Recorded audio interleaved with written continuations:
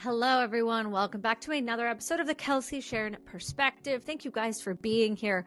Good news, amazing news. Our YouTube is finally catching on after 5 years of consistent hard work. We are getting there. So if you guys could do us a favor before we get started into this episode on extremism, which is always a positive topic, go over to YouTube and subscribe for free. If you guys aren't into YouTube, but you would like more writing, go over to our Substack that is also free. And if you guys are just looking to support, sharing any of our content is super helpful. We have amazing sponsors that keep us going. As usual, Ketone IQ and Good Living right behind us. They have codes in the bio as well. Throughout the show, we have some ads on them as well. They are brands that I have used for a very, very long time and ones that I stand by and support and also love how they make me feel. I wanted to talk about something that's going on in Canada and in the United States, but Canada is really kind of leaning into this one. I've been writing a little bit more on what I'm seeing in terms of immigration and what I'm seeing in terms of how people are responding to these things. And I wanted to discuss with one of our Substacks I wrote on the 8th of October about extremism, because it seems to me like this is Canada's new claim to fame outside of MATE. It's so much more than just bringing people into a country who choose not to assimilate. It's significant, and it has an impact on the taxpayers and the economy, as well as the healthcare systems, and frankly, just what it means to be Canadian in general. And Americans that are going through this as well, you know what this is like. So let's start off with that. And of course, a welcomed Kat has joined us here today again. Okay, guys, let's get right into this one. Canada has a massive problem. I know you guys know this. I've alluded to this in almost every single episode that I've been doing for at least the past 2 years. And it's whether it's the honor killings, the grooming gangs, or the forced marriages. These are not our culture, and they are crimes that are and should be looked at seriously. Part of the problem is when you have a prime minister that says that Muslim values are Canadian values. Well, that's not true now, is it? Canada is a Catholic Christian country like America. We are not a Muslim country. We'll never be a Muslim country. And even for those who scream from the rooftops that we must become one, go back to yours and you can stay there and do that there. But that's not what Canada is. So I want to look at not just immigration numbers, but things like housing shortages and who are we actually importing? Because this is not importation of, these like super peaceful ideologies. This is extremist ideologies that are openly hostile and towards things like women, freedom, equality, human rights, and the refusal of our leaders to confront them. When Canadians are born here, we are English-speaking, French-speaking individuals most of the time. And if you're not, we should be requiring you to speak the language. We should be requiring you to participate in what it means to be Canadian. But that's not what's happening. Because when Canadian-born citizens protest our government or the overreach, for example, the truckers, our veterans, our working-class families, we end up being surveilled. We end up being arrested. But yet when pro-Palestinian protesters wave flags, which we know is crazy, burn our books, which they don't seem to get in trouble for, or our flag, and they scream death to Canada on our parliament steps, and they chant things like death to Israel in our streets, our federal police stand by, silent and passive. And that's cowardice if you ask me. So just to be clear, I'm pro-Canada. I have nothing to do with Israel. I want Canada to be a strong country.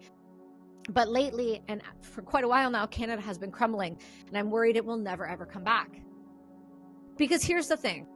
When the first group can be safely punished, meaning the truckers, the veterans, and the second group is there and they're politically shielded, whether it's through identity politics or whatever, you can call it what it is, but it is nothing more than cowardice dressed up as a multicultural tolerance. Canada has been known now for decades, for forever, as being a melting pot, much like America. But I ask you, where has that gotten us? Our systems are broken down by immigrating so many people who don't believe in our system, who are refusing to work in our system, who are refusing to identify as a Canadian. And recently, and this episode will come out in the next few weeks, but it's November 4th right now recording. And what I'll tell you is Remembrance Day for us, like Veterans Day for Americans, is on November 11th. There's no one wearing poppies. No one is being open about what's coming up. And when I get messages of people saying that, and I quote, one of the Indian men just took the poppy and threw it on the ground. Those are the people for me that I will not participate in calling Canadian. You're an immigrant who is ruining our nation. There are plenty of immigrants that come here and thrive and assimilate, like my grandfather and so many others. But that's not what's happening anymore because the Liberal government since 2015 has never said you had to assimilate. So I ask, what does it mean to be Canadian? Well, now it means to be pissed off, because that's what it feels like all real Canadians actually are. When we have a weak, pathetic government with hired shills who won't get to the point until their daughters are going to become the victims of this violence, disgusting ideology. I'm speaking about Islam here. Islam extremism is spreading through the Western nations like wildfire, and somehow we're all standing by while this happens. The UK is a brilliant case study for what happens when political correctness overrides our public safety. It's insane what has been happening for decades. For over years over there. And part of the problem is Pakistani grooming gangs have raped and abused tens of thousands of young girls across cities like Rotterdam. And the authorities have willingly admitted that they stayed quiet because they were living in fear of being labeled as a racist or Islamophobic. And yet, that means young girls' lives have been ruined all because they were cowards. In my opinion, every single one of those cops should be fired and their pensions should be removed. If you are fearful of being called a name, how are we supposed to expect you to protect us ever? This episode is brought to you by Ketone IQ. And if you guys have not seen me drinking it, it has been behind me. It has been everywhere. But ketones, I want to tell you a little bit more because you ask all the time, are a powerful macronutrient and they cross the blood-brain barrier. They supercharge your brain. And not only do they do that, I have reported and seen my own sharper focus and stronger endurance in next level performance. I use them before podcasts, before keynote speeches, and before I work daily with clients and when I get on my road bike. But this is not just that feeling good type ad. This is for real. This is backed by science. And in a placebo-controlled study, Ketone IQ users saw a 19% increase in sprint power, 13% in more peak power, and 10% less fatigue. And the ketone levels spiked 5 times in just 20 minutes. So when it comes to recovery, Ketone IQ improves blood flow, muscle oxygenation, and even boosts EPO, which is critical for your stamina and the bounce back factor. So if you guys are chasing that edge, physical or mental, Ketone IQ is the shortcut to getting into those zones. Do yourself a favor, go over to ketone.com and use the code Kelsi. You're going to save 30% off your next subscription. And I do promise you, ketone is no joke. Ketone fuels the flow. And I'm telling you, it is the best thing I have ever gotten into. See, the silence like that has destroyed so many lives. To this day, most of the perpetrators are walking free while receiving UK taxpayer dollars. Canada pretends it's immune. But the same fear of offending communities is already in our institutions. Our government has been instructing Ontario police to begin recruiting in areas with majority Muslim populations to their police force. And as a woman who has experienced extremism upfront and very personal, I wouldn't take a single step out of my car, nor would I respond with anything other than supervisor. I'm sure there are plenty of super lovely, wonderful Muslims in our country. But right now, when their own community is not calling out the Islamic extremism, you're going to naturally get grouped in. It takes people from within the community and outside the community to say, enough, we're not doing this anymore. If you want to be in Canada, stop making everyone look bad. But it's not hard to find how bad it's really become if you just look south. So Dearborn, Michigan, so many people have been talking about this. I know this is out there, but it bears repeating. Dearborn, Michigan is effectively governed by a dominant Muslim population in America. Radical clergies have preached values openly hostile towards women's rights. They haven't been deported. They haven't been removed. And in New York and Minneapolis, city governments have authorized, this is wild to me, the Muslim call to prayer 5 times a day over a loudspeaker. Now, I've talked about my past before, but it bears bringing up because this is something I experienced in real time. This is what happens in Afghanistan. This is what happens in predominantly Muslim countries. And what I'll tell you, is that it is insanely triggering for a lot of people. And I don't say triggering in some liberal, facetious way. I'm saying people who have seen real shit have a problem with hearing that. Because we can't have church bells anymore, right? We can't pray outside anymore, right? We can't pray outside of abortion clinics quietly in silent prayer. But these people can turn around and they can go outside, block off traffic in Montreal and Toronto, shut down streets, stop ambulance and fire trucks from being able to get through while they pray. And we're supposed to what? Be tolerant? I am not a Muslim. I did not ask to hear your bullshit. I do not want to hear your bullshit. I heard it enough in a war zone. Don't need to hear it in my country. Now, could you imagine being someone from New York, a family member of someone who died in the towers, regardless of who you think did a 9/11? We don't have to get into that. That's a whole other, to be Alex Jones right now here, guys. But seriously, can you imagine having to hear that? That's called domination. And the Islamic extremist nations love nothing more than to dominate. And when they dominate, they like to, the degradation that comes along with that, whether it's towards women or children or people like bocce boys, young boys who get raped by their elders, but then they throw gay men off roofs because it's not gay to rape a child. Now, is it? According to them. So I ask you, how do we go from wearing poppies starting on the 1st of November in Canada and the UK, being proud of who we are, singing the praises and prayers of our loved ones who've died, and the American flags flying over New York City, to now being overrun by an Islamic extremist group and having predominantly Muslims running our countries, and now to have the prayer 5 times over a loudspeaker?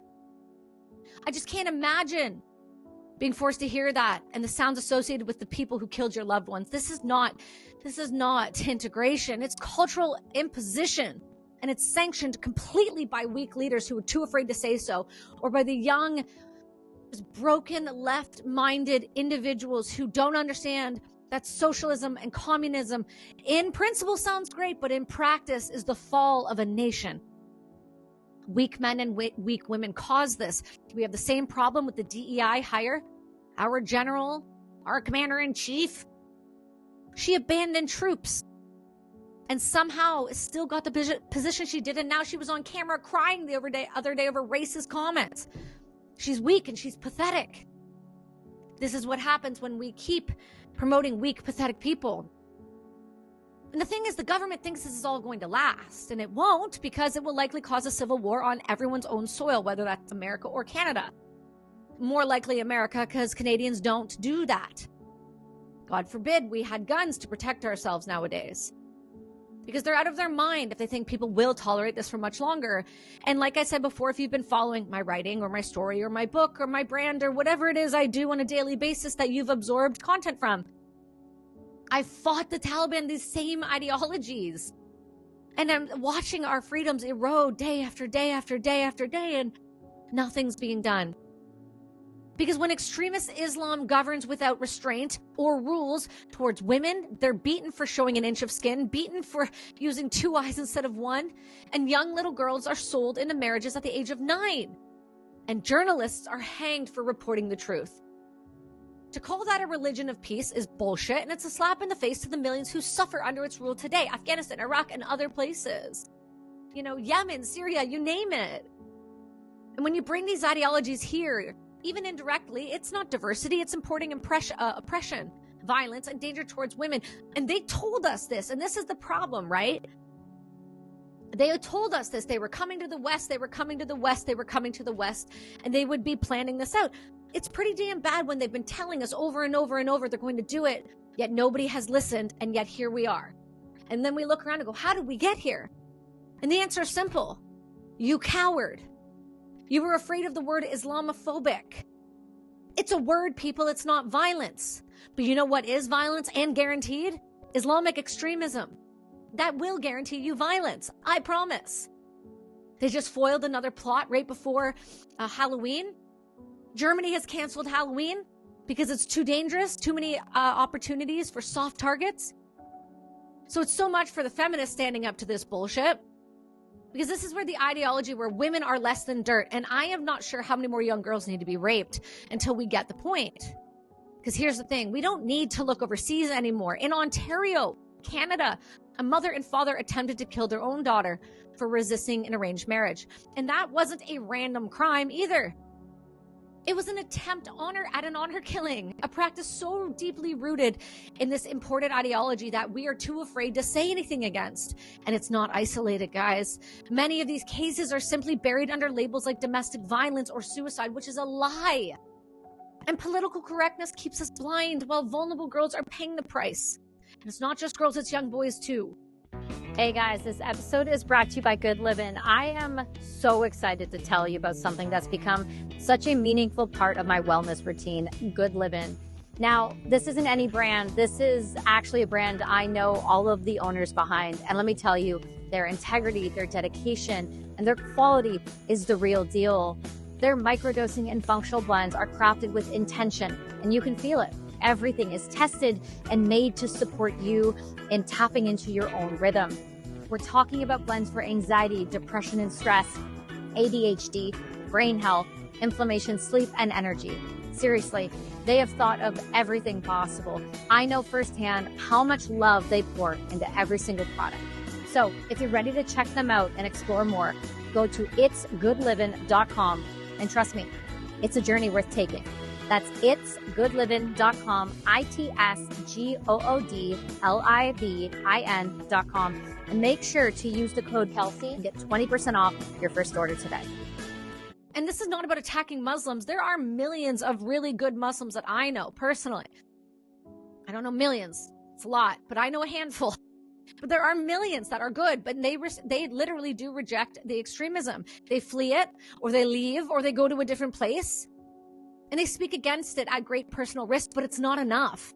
We need more people willing to stand up against it. We need our own government, our own provincial governments, our own schooling systems. And this isn't about refusing to tolerate.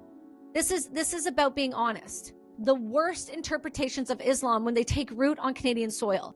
Our police should not be busy policing pronouns, bullshit by the way, feeding into mental illness, while they're turning a blind eye to an imported ideology that glorifies misogyny, violence, and religious supremacy. And that's what I don't get. Canada cares so much about DEI, so much that it's eradicating women out. In the name of what? Making some mentally ill man feel good about himself so he can wear a dress and makeup and pretend to be a woman? That's not equality.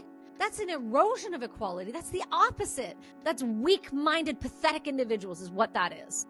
So do yourself a favor and do what I've done. Go read the Quran, go read the Hadith, and then tell me again that's a religion of peace. It's a mental illness at best. So here's my question for you guys that are listening. Do you want a society where women and children are protected, or do you want one where you have to tiptoe around abusive practices to avoid being called names? Because words are violence. Because the thing is, it's going to happen. It's going to keep happening. And if we don't slow it, it's going to reach out and touch you too. So to pretend like this is somebody else's problem, this is America's problem, this is the UK's problem, I'm telling you it's here in this country and it's spreading like the plague. And it's bad. It's so, so bad. If you've been on our beaches, you'll see it. If you've been around our towns, you'll see it. If you've come to Surrey, you actually think you're in the Middle East. It's dangerous as hell. It is sketchy at best. And somehow we sit there and say that this is still what we should be striving for. See, Canada can't afford this luxury of denial anymore. And if we do, we will run into these problems. Multiculturalism cannot mean surrender. Multiculturalism is the death of a nation. We've said this before, and I'll say it again. It is the death of Canada. And political correctness cannot mean complacency. Importing extremism is not compassion. It's suicide. And like Gad said, it is suicidal empathy, and Canada is filled with it. And where we are going right now, there will be no Canada left in the next 10 to 20 years. I don't know what to tell you guys, but I come from a family of immigrants, and I have never, ever seen anything other than assimilation from my family. Why are we not asking and forcing that of the people coming in now? And if we don't start now, Canada's gone. And if I were you, I would leave. Because at this point, this nation, our taxes, our healthcare, our schooling, anything that we had that was good is broken. And we do not have a government willing to fix it. We have a government willing to sell us for parts, and that's what you're seeing. There's so many more of these episodes that are going to be coming out. We'll be bouncing back and forth from the main subject to extremism, to immigration, to policy.